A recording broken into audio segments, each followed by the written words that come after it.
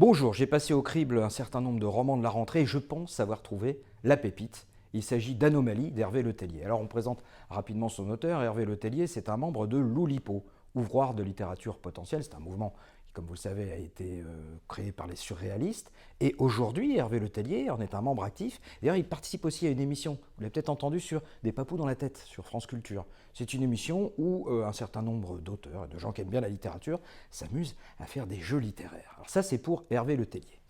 L'Anomalie nous présente une série de personnages. Au départ, on ne comprend pas trop le rapport entre tous ces personnages. Il y a par exemple au départ un super portrait d'un tueur à gages. Alors c'est un tueur à gages, il a, on ne pourrait pas dire la vocation, mais la prédisposition quand il est tout petit. Parce que sa mère écrase un chien collet sous ses pieds, elle est effondrée, elle essaye de cacher, et lui, ça lui fait ni chaud ni froid. Et d'ailleurs, quand il part à la chasse avec son pépé, boum, boum, boum, il allume tous les lièvres avec une précision déconcertante. Et ensuite, dans les fêtes foraines, quand il va au tir à la carabine, il ramène toutes les peluches pour ses copines. Donc, il a une prédisposition, et du coup, avec des séries télé, il va apprendre à devenir tueur à gages professionnel. Et puis, au bout de 10 pages, crac, on passe à un autre personnage qui s'appelle Victor Miesel. Alors lui, je l'adore. Victor Miesel, c'est une espèce d'auteur un peu raté, qui a écrit un bouquin qui s'appelle L'Anomalie. Ah, tiens, mise en abîme, on reconnaît là une espèce de personnage d'Hervé Letellier. Et donc il a eu des prix, mais ce n'est pas les prix qui comptent, ce ne sont pas les prix qui font vendre. Et d'ailleurs, il dit, et ça c'est l'humour d'Hervé Letellier, aujourd'hui la scène littéraire française, c'est un peu comme une espèce de train, un train un peu burlesque, dans lequel des escrocs s'installent tapageusement en première classe sans aucun billet, avec la complicité de contrôleurs complètement incompétents. J'aime beaucoup cette définition.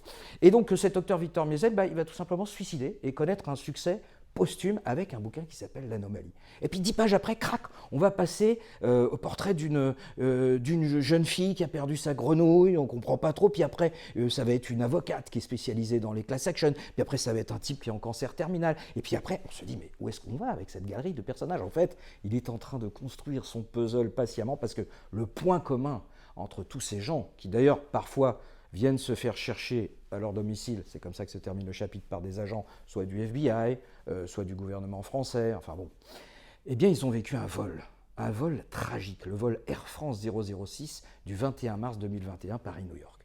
Ce vol, ça a été une véritable lessiveuse, ils ont tous cru qu'ils allaient mourir, mais ils ne sont pas morts. Et en fait, ils sont rentrés à l'intérieur du protocole 42. Le protocole 42, c'est l'anomalie. Alors qu'est-ce que c'est que le protocole 42? Eh bien, il va nous montrer deux personnages qui sont des statisticiens, des mathématiciens de haut vol, qui ont été appelés après les attentats du 11 septembre par les gens de la sécurité de l'aviation, en leur disant, bon, là, on n'a pas assuré, donc il va falloir qu'on prévoie des protocoles. Si un jour ce genre d'incident se reproduit, il faut qu'on puisse être prêt. Et donc, ils vont inventer tous les types de protocoles, d'accidents de type aérien. Et donc, il y a le protocole 42. Alors, pour vous dire le protocole 42, qu'est-ce que ça pourrait être? Si on imagine, par exemple, un truc très simple, c'est pas un voyage en avion, mais c'est un pile ou face. Bon, protocole 1, la pièce tombe sur pile. Protocole 2, la pièce tombe sur face. Protocole 3, la pièce tombe sur la tranche. On se dit qu'on a pensé à tout. Non, il y a le protocole 42. Qu'est-ce qui se passe? Vous lancez la pièce et elle ne retombe jamais. C'est exactement ce qui va se passer dans le bouquin. Alors, je ne vais pas vous dire le poteau rose, mais à un moment donné, on va basculer dans le voyageur imprudent de Barjavel. À ceci près que dans le voyageur imprudent de Barjavel, il y avait une règle qui était dictée. C'est qu'on ne peut absolument pas, lorsqu'on voyage dans le temps, recroiser son double. Ça, c'est interdit, sinon on se fait complètement annihiler. Là, Hervé Letellier va s'amuser à faire exactement le contraire. C'est-à-dire que tous les personnages, dont on n'a pas vraiment bien compris pourquoi on les plantait au tout début, eh bien on va les retrouver, mais on va les retrouver parce qu'ils ont traversé le protocole 42. Alors, qu'est-ce que le protocole 42? Est-ce qu'un jour ça pourrait nous tomber dessus? Et pourquoi j'ai adoré ce bouquin? Évidemment, la première solution, je ne vais pas vous la donner parce que sinon je vous révélerai tout le sel du livre.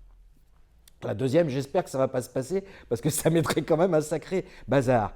Et la troisième, pourquoi j'ai adoré ce bouquin? Parce que c'est terriblement crédible. Et ce, pour, à mon avis, deux raisons principales. La première, c'est qu'on sent qu'Hervé Letellier, il connaît son métier. C'est-à-dire qu'il écrit ça d'une manière ciselée, riche, précise, drôle. Et puis en plus, comme il a un passé de mathématicien, crédible. C'est-à-dire que les hypothèses qu'il donne, quand on connaît un peu la physique quantique, on se dit qu'il suffirait, je dis avec les si on peut mettre Paris en bouteille, mais de les extrapoler un peu pour arriver au protocole 42. Donc c'est crédible. Ça en fait un roman à clé, un puzzle, une petite pépite que j'ai dégustée avec joie et je vous propose de faire exactement la même chose en cette rentrée littéraire.